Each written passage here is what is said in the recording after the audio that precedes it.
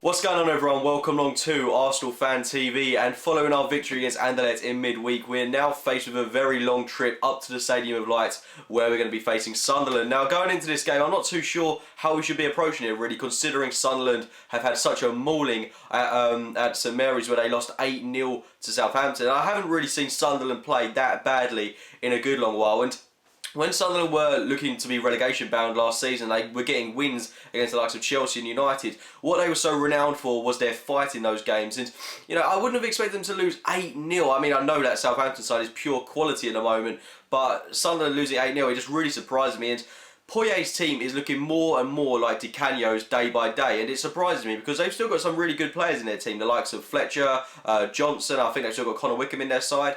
They're a real quality side. But it surprised me that they would lose in such a horrific manner, and they bottled it in a sense. And players that you wouldn't expect to play badly, like Vito Manone, who I think's had a very good Sunderland career thus far, had an awful game. And someone like Virginie as well, he was absolutely horrific for them. And the own goal he scored, I mean, as a professional footballer, surely that can't be acceptable. It was really poor on his behalf.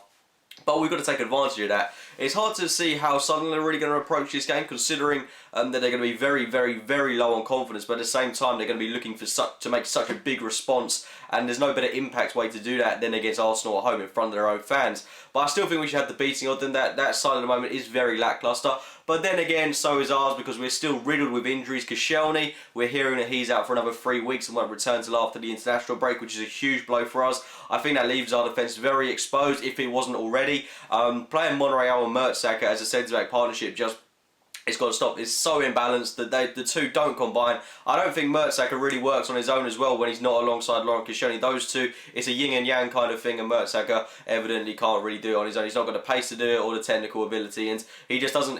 I think he's been really underperforming this season, if I'm brutally honest. But the team I'd like to see Arsenal go with in this game, especially in the defensive department, is Szczesny in goal, Bellerin at right back, Mertesacker, Chambers, Kieran Gibbs, Arteta, Ramsey, Chamberlain, Cazorla, Sanchez, and Danny Welbeck up top. Now, I'd like to see Bellerin start this game because I thought he was absolutely sublime last weekend against Hull City. For a small guy, made some excellent tackles, and he was really good going down the flanks. And at times, looked like the only one that kind of wanted to instigate some play into the Arsenal side, because there were times in that game where we looked very lacklustre and like we'd given up on the game. He is an excellent talent that we've got on our hands, and I think he's got to start this game. Callum Chambers, I think he's got to play alongside Per Mertesacker because he's like a younger version of Koscielny in the sense that he's got a very good build about him, as well as that I think he's got a more centre-back kind of build as opposed to right-back, and I think his performances have come, his better performances should I say, have come in central defence as opposed to being played out on the right. And I think that's a stronger position for Bellerin as well, and it's going to make that defence a whole lot more balanced, and I think Mertesacker